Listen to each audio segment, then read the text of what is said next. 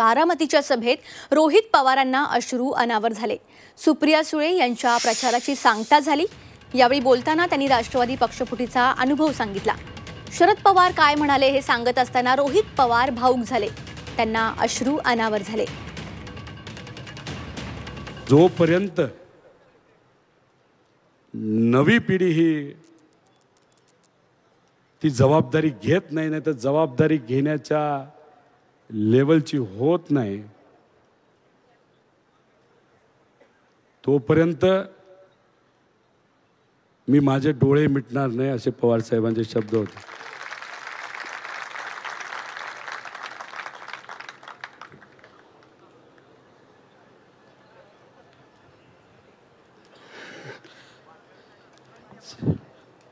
साहेब, मी तुम्हाला विनंती करतो, काय